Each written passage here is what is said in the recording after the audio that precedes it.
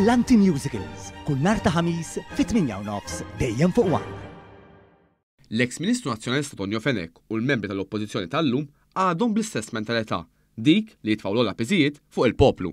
Għalet dan il-Ministru għall-Ambjent, l-Enerġija u l-Ġenerazzjoni tal-Port il-Kbir Mirjam Dalli b'reazzjoni għal kumment li għamel l-eks Ministru Nazzjonalista Tonio Fenech fil-Kumitat tal-Kontijiet Pubbliċi fl-aħħar jiem.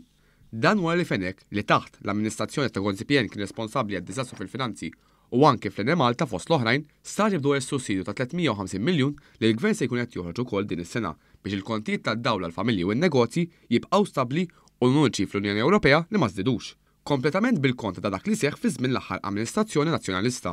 Li jiena nistaqġeb kif ngħidu li qed nagħtu lill-Enemalta jew sussidji f'sena ta' 300 miljun għall-enerġija. Fi żmienna sussidju f'sena lill-Enemalta kien jingħata madwar 40-50 miljun. Ma kien jgħidu kontijiet? Mal-mikrofonu ta' One News, il-Ministru Mirjam Dalli spjegat li fil-waqt li diversi pajjiżi madwar l-Ewropa qegħdin iħallsu kontijiet esaġerati, is-sitwazzjoni f'Malta hi differenti. Fil-fatt, minkejja l-isfidi internazzjonali bla preċedent, il-Gvern Malti żamm il-prezzijiet stabli tal-enerġija għal familji u n-negozji. Xi ħaġa li l-eks Ministru Nazzjonalista Tonio Fenech u l-Amministrazzjoni Nazzjonalista m'għamlux, tant li l-Prim Ministru Lorenz Gonzi kien iddikjera pubblikament li se jivvota bil-qalb kollha biex il-kontijiet jolew. Atteġġjament li għadu li renja llum fil-Partit Nazzjonalista ta' Bernard Grech. Tonio Fenech u l-gvern li kien jagħmel parti minnu ma kienx jissussidja l-kontijiet tan-nies qatt ma daħal għal pis li n-nies kienu qed iġorru. Tonio Fenech u l-gvern li kien jagħmel parti minnu tafgħu il-pis fuq in-nies u għadhom bl-istess mentalità u l-istess ħsieb sal-ġurnata tal-lum rifless ukoll mill-membri li hemm fuq l-oppożizzjoni bil-kap tal-oppożizzjoni nnifsu li jgħidilna li jekk olew barra olew kullimkien. Waqt l-aħħar sessjoni tal-Kumitat tal-Kontijiet Pubbliċi, Fenech ukoll sejjaħ il-pjan li kien ressaq il-Partit Laburista fl-2013 tal-roħs fil-kontijiet tad-dawl u l-ilma bħala pantomima ta' Alice in Wonderland.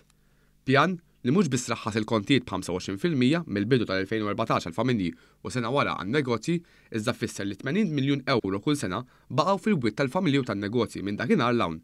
L-eks Ministru li kien jiġi kritikat reputatament li kien ifalli kull mira finanzjarja li kien jagħmel fi żmienu, iddefenda wkoll id-deċiżjoni li ħad Gvern Nazzjonalista biex jolli il-kontijiet tad-dawl. Kontijiet li f'Mejju tal-2010 kienu saru l-$5 fl-Unjoni Ewropea, wara li kien ġie rapportat ukoll li 61% tal-familji Maltin u Għawċin ma jifilħux iħallsu il-kont tad-dawl.